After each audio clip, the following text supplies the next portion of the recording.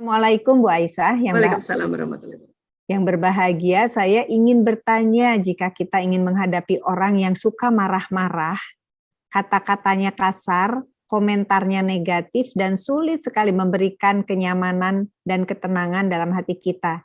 Sampai saya merasa hati dan pikiran sudah lelah menghadapi situasi yang terus berulang. Bahkan rasanya saya malas untuk berkomunikasi dengan orang tersebut. Apa yang sebaiknya saya lakukan agar diri saya lebih bisa sabar? Kalau untuk menghindari dari orang tersebut, rasanya sulit karena tinggal dalam satu rumah. Terima kasih. Biasanya mas suami nih yang susah. Ya.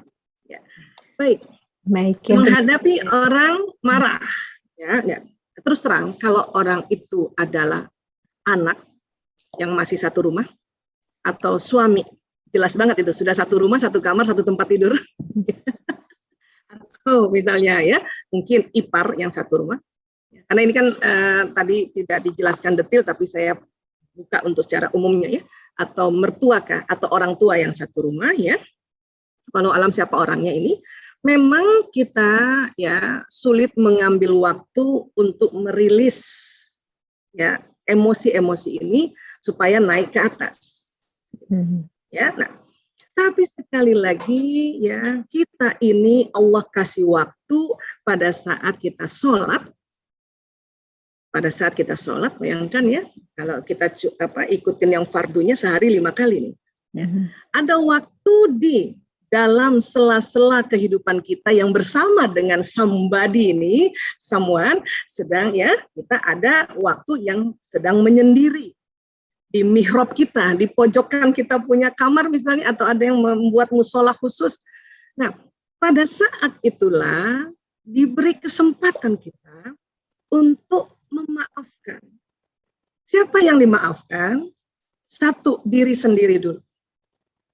Kenapa memaafkan diri sendiri? Karena itu tadi ada kalimat bahwa saya terkadang antara hati pikiran telah lelah. Gitu ya. Itu saja kita harus minta maaf. Ya kok lelah, orang masih hidup kok lelah kan gitu ya.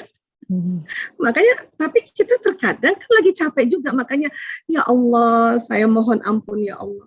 Dan katakanlah ya Allah saya maafkan diriku ya Allah. Ini ada teknik namanya forgiveness therapy. Kalau di bahasa kita namanya muhasabah. Salah satu cabang dari muhasabah adalah forgiveness therapy. Untuk nafsi sendiri kan gitu. Ya Allah, saya maafkan diriku ya Allah. Kadang saya hadirkan diri kita gitu. Ya, saya sebut nama saya misalnya nih, sedang lelah karena kayaknya udah lagi capek banget ya. Ya, wahai Aisyah, saya maafkan dirimu. Saya tahu kau berupaya untuk menerima seseorang ini apa adanya, kekuatan kelemahannya, tapi kamu sedang capek, lagi kurang tidur, atau yang masih produktif, kamu lagi mau mens. Jadi kita ngomong gitu sama diri kita, kamu lagi mens, atau mungkin yang udah 45 tahun ke atas, kamu premenopause, misalnya. Diomongin. Jadi kita memaafkan diri kita dulu. Nah, karena banyak sekali di antara kita, ya, kita lupa memaafkan diri kita dan lupa mengapresiasi diri kita yang begitu banyak energinya menghadapi kondisi-kondisi yang konflik tadi gitu. Jadi maafkan. Nah, barulah berikutnya adalah memaafkan somebody ini. Tekniknya macam-macam. Salah satunya tadi, ya. Kita mencoba untuk memikirkan perasaan dan merasakan pikiran. Tentu tuh tadi saking lelahnya itu kan yang kepikiran yang pasti yang bikin gak enak perasaannya terus kan ya. Ya, dia acukan saya, oh gak enak perasaan saya lebih gak enak gitu ya. Saya ngomong mukanya gak lembut, oh perasaan lagi gak enak. Kalau ini suami ya. WA panjang lebar nggak dijawab, perasaan lagi nggak enak gitu ya. Diajak ngomong nonton TV, perasaan lagi nggak enak gitu. Ya, itu tentu tuh banyak banget yang pikiran muncul. Ini di sini ya lebih tidak enak.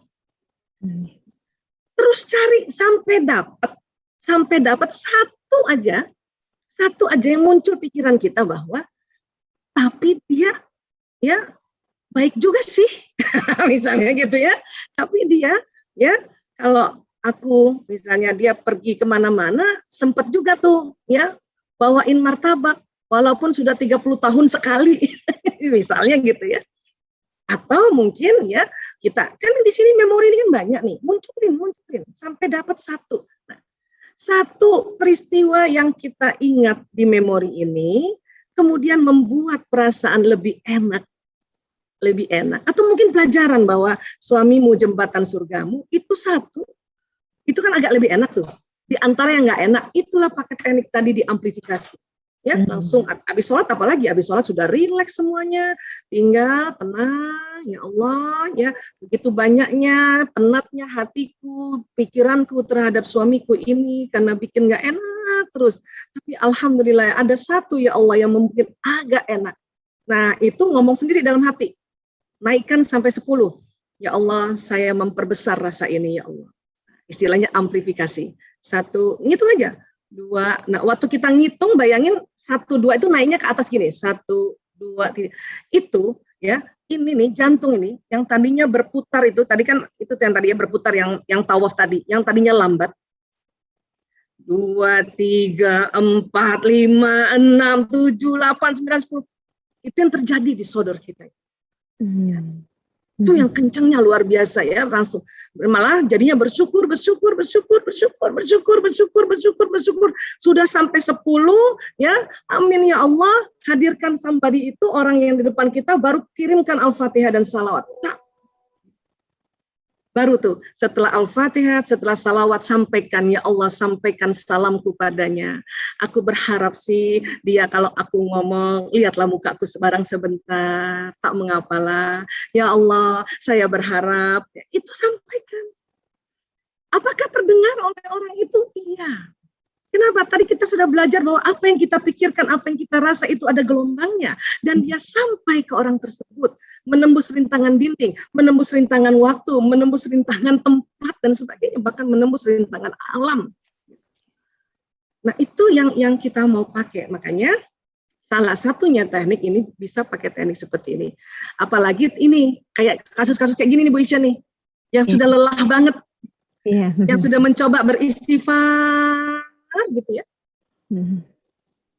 Nah sekarang harus lurusin dulu nih, karena banyak orang ngomongnya gini, saya kok udah istighfar, tapi kok belum saya ikhlas juga. Bu, udah syukur istighfar. Kalau nggak istighfar lebih parah lagi tuh. Kan gitu, cara berpikir gitu. Maka pakailah teknik muhasabah ini dengan cara satu aja, daripada yang tadi nggak enak, oh ada satu. Walaupun mungkin itu munculnya karena ilmu. Buktinya nggak enak bertahan 30 tahun. Maksudnya aku. 30 tahun ya, Bu ya. Ada sesuatu gitu kan yang memang kita harus cari, harus searching. Googling dia di otak kita itu, cari. Apa yang terjadi nanti? Ya Allah, Allah masukkan kita level ke mutmainnah, frekuensi kita naik ke pencerahan 700 sampai 1000. Dengan seperti itu vitalitas meningkat, imunitas meningkat, produktivitas meningkat, dan senyum tuh gampang banget. Jadi suami walaupun nggak senyum, kita langsung bilang, ayo udah makan. Padahal tadi susah banget, karena nggak ada frekuensi. Lihat suami langsung gini. Terus boro-boro mau ngomong, karena udah berat semuanya kan, udah berat. Biarin. Dan aja dicari makan sendiri. Gitu ya. Tapi tadi pada saat kita sudah naikkan frekuensi, masuk ke enlightenment yang 700 sampai 1000. Atau kan jangan itulah, masuk yang acceptance saja yang 350 Hz, ini senyum tuh gampang. Ya. Ya. Dipakai semua teknik itu ya. Untuk kadang frekuensi suka turun dikit. Nah, naikinnya lagi dengan nafas lagi. Ya. Makan. Yuk makan yuk. Nanti aja. Itu karena frekuensi itu begini. Tapi nggak terlalu merosot. Makanya semua kombinasi teknik kita pakai. Ya salah satunya ya teknik ini tadi. Memikirkan perasaan dan merasakan.